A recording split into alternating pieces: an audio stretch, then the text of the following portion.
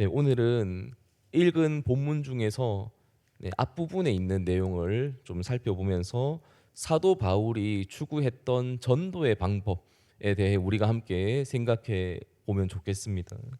바울이 예수님을 만나고 난 뒤부터는 오직 복음만을 증거하는 예수 그리스도의 십자가의 복음을 전하는 전도자의 사명을 가지고 활동을 하게 됩니다.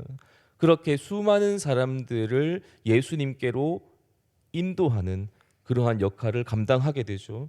그런데 이 전도의 사명이라는 것이 사도 바울과 같이 아주 특별한 사람만 감당하는 것은 아닐 것입니다. 예수님을 믿는 사람이라면 누구나 다 할 수 있는 것이죠. 사도행전 1장 8절에 보면 예수님께서 우리에게 이러한 지상 명령을 내려주시기도 합니다. 오직 성령이 너희에게 임하시면 너희가 권능을 받고 예루살렘과 온 유대와 사마리아와 땅 끝까지 이르러 내 증인이 되리라 하시니라 라는 말씀을 우리에게 주셨어요. 예수님께서 십자가의 고통을 감당하시고 그리고 또 부활을 하신 이유는 나를 구원해 주시기 위함이고요. 또 내 옆에 있는 영혼도 구원해 주시기 위해서 그렇게 그 길을 가셨습니다. 그리고 내 옆에 있는 우리들뿐만 아니라 이 세상 모든 사람들이 다 예수님 믿고 구원받기를 우리 하나님은 원하고 계십니다.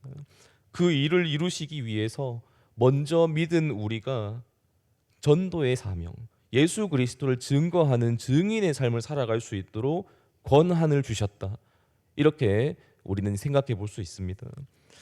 다만 이제 이 전도에 대한 어떤 설교를 듣거나 말씀을 보게 되면 우리에게는 참 부담으로 다가오기도 합니다. 그 이유는 일단 전도를 하는 게 쉽지 않고요. 그리고 이걸 내가 잘 해내지 못했을 때 하나님의 명령에 순종하지 못하는 그런 부족한 모습이 될 수 있다 보니까 마음이 어렵게 느껴질 수 있습니다. 내가 예수님을 믿고 살면서 전도 한 명도 못하고 주님 앞에 서면 얼마나 참 부끄러운 일일까. 어떻게 해야 전도를 할 수 있을까? 뭐 이런 이제 강박관념에 사로잡혀서 살아갈 수가 있을 것이고요. 그런데 막상 또 전도를 하고 복음을 증거하려고 하니까 용기는 나지가 않고 또 전도의 열매를 맺지 못하는 그런 나의 모습을 보면서 불안한 마음이 생길 수도 있을 겁니다. 하지만 내가 반드시 뭐 몇 명 이상을 전도해야 하나님께 칭찬을 받고 한 명도 전도 못하면 뭐 책망을 받는다. 이런 식의 사고방식은 사실 성경이 제시하는 전도의 개념은 아닙니다. 주의 일이라는 것은 혼자 하는 것이 아니라 함께 힘을 모아야 한다는 거 우리가 참 잘 알고 있습니다. 주어진 은사에 맞게 각자의 위치에서 한 몸을 세워가는 것이 주의 일이라고 할 수 있어요. 전도를 하는 것도 이와 같은 맥락이라고 볼 수 있습니다. 사도 바울이나 베드로와 같이 수많은 사람들에게 복음을 증거하며 그렇게 사명을 감당할 수도 있겠지만 모든 사람이 사도 바울이 될 수 없고 모든 사람이 베드로가 될 수는 없어요. 그리고 사도 바울은 절대로 혼자서 사명을 감당한 것이 아닙니다. 복음을 증거하며 많은 영혼들을 예수님께로 인도해 낼 수 있었던 이유는 결코 자신만의 힘이 아니었고요. 정말로 많은 사람들의 기도와 또 도움의 손길이 있었기 때문에 가능한 일이었습니다. 그리고 가장 중요한 것은 하나님께서 바울에게 능력과 은사를 주시고 또 강하고 담대한 마음도 주시고 또 전도의 길을 열어 주셨기 때문에 그가 복음을 증거할 수 있었고 많은 영혼들을 예수님께로 인도해 낼 수 있었다라고 말씀드릴 수 있습니다. 그래서 바울은 지금 이 골로새 교인들을 향해서 권면을 하고 있는데 너희 전도해라 이렇게 말하지 않았고요. 우리를 위해서 기도해 달라고 이렇게 요청을 합니다. 3절의 말씀입니다. 제가 읽어보겠습니다. 또한 우리를 위하여 기도하되 하나님이 전도할 문을 우리에게 열어주사 그리스도의 비밀을 말하게 하시기를 구하라. 내가 이 일 때문에 매임을 당하였노라. 아멘. 바울은 자신과 또 자신이 이끄는 이 전도팀을 위해서 기도를 좀 해달라 요청을 하고 있습니다. 결국 영혼을 전도하고 구원하는 이 일은 인간의 능력으로 할 수 있는 게 아니라 하나님께서 길을 열어 주셔야 가능한 것이기 때문에 그러한 기도를 부탁하고 있는 것입니다. 이제 골로새 교인들이 해야 할 일은 바울과 그 전도팀을 위해서 기도하는 그 일을 해야 되는 거죠. 그 기도를 통해서 전도의 문이 열려지게 되면 내가 실제로 현장에서 전도를 하지 않았더라도 분명히 하나님께 쓰임 받은 모습이라고 말할 수 있습니다. 우리가 말을 통해서 직접적인 전도를 할 수도 있겠지만 기도를 통해 그리고 또 내 삶을 통해서 우리 충분히 전도를 할 수 있고 또 전도의 삶을 살아갈 수가 있습니다. 우리 교회가 추구하는 방향성이 선교하는 교회이지 않겠습니까? 다만 반드시 내가 해외 선교부에 가입을 해서 해외에 있는 영혼들에게 복음을 전하고 그 영혼을 구원시켜 내야만 선교했다, 선교의 교회다 이렇게 말할 수 있는 건 아니라는 거죠. 선교사로서 파송을 받아서 현장에서 직접 복음을 증거하고 전하는 분도 당연히 계셔야겠지만 선교를 위해서 내가 진심으로 기도하고 그 일에 마음을 쏟는 것 자체만으로도 굉장히 중요한 역할을 감당하고 있다고 볼 수 있습니다. 우리 교회가 선교적 교회로 나아가기 위해서 반드시 필요한 모습이라고 할 수 있죠. 그리고 가장 본질적인 선교는 나의 삶에서부터 비롯되는 것이라고 말씀드릴 수 있습니다. 오늘 본문 5절과 6절의 말씀을 제가 한번 읽어보겠습니다. 외인에게 대하여는 지혜로 행하여 세월을 아끼라.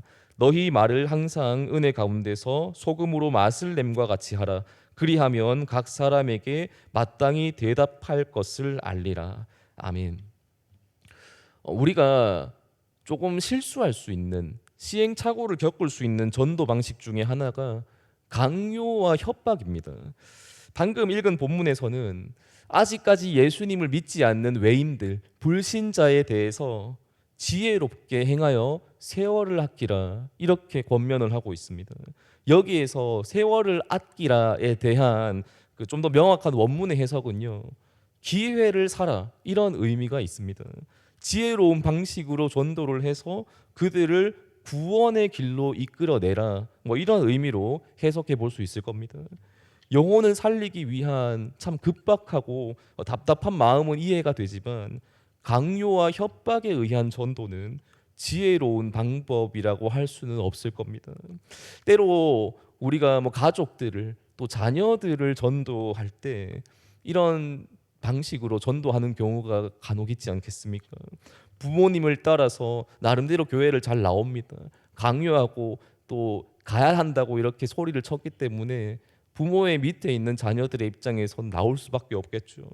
하지만 그렇게 교회를 나오다가 나중에 성인이 되었을 때 교회를 떠나버리는 일들이 종종 나타나곤 합니다. 특히 중직자나 목회자의 자녀들이 잘못된 길로 가버리는 경우들을 우리가 적지 않게 볼 수 있는데 그 이유 중 하나가 뭐냐면 부모의 말과 행동의 괴리감 때문이라고 표현을 합니다. 부모가 열심히 교회 가야 된다, 교회 생활 잘 해야 된다 이렇게 말은 하는데 그만큼 그 복음의 삶을 보여주지를 못하게 되었을 때 교회를 왜 가야 하는지 그 이유를 잃어버린다는 거예요. 왜 교회를 가라고 강요하는 걸까? 이해가 되지 않게 되면서 결국에는 교회를 떠나버리는 그런 청년들이 많아지고 있다고 합니다.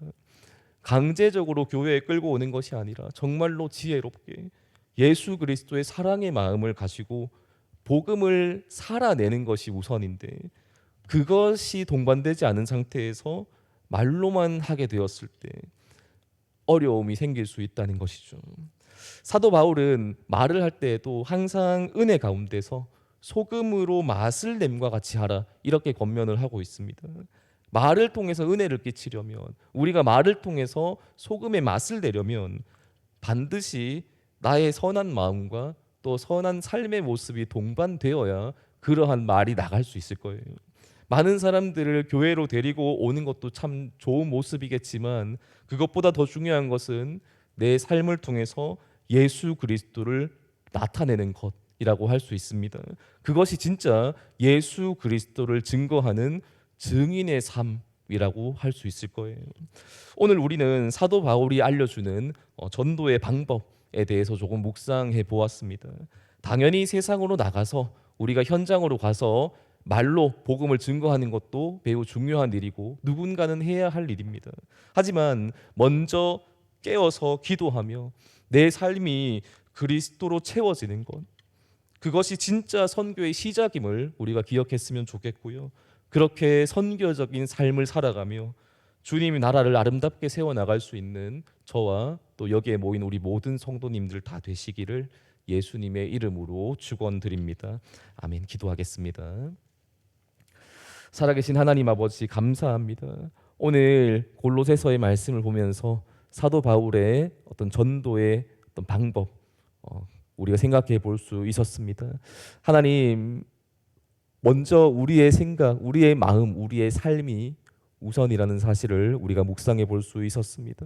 하나님, 때로는 나의 상태는 하나님 아름답지 못한데 말로 먼저 상대방을 강요하고 하나님 어쩌면 조금은 율법적인 모습이 있었을 수도 있습니다. 하나님, 우리의 연약한 모습을 용서해 주시고 하나님, 이제 우리가 그 무엇보다 정말로 예수님의 마음, 예수님의 그 십자가의 그 마음을 가지고 하나님 먼저 살아갈 수 있도록 도와주시고 그렇게 삶으로 예수 그리스도를 증거하는 증인으로 하나님 우리가 나타날 수 있기를 원합니다. 그러한 사랑의 마음으로 정말 예수님의 마음으로 하나님 복음도 증거하게 하시고 또 복음을 살아가게 하시고 하나님 우리가 무슨 일을 하든 주를 위해 쓰임 받는 하나님 그런 아름다운 모습들 다 되어질 수 있도록 인도하여 주시옵소서. 우리 교회가 정말 추구하는 방향성 하나님 선교하는 교회, 정말 진정으로 선교적인 교회가 될 수 있도록 인도하여 주시옵소서. 감사드리며 살아계신 예수님의 이름으로 기도드립니다. 아멘.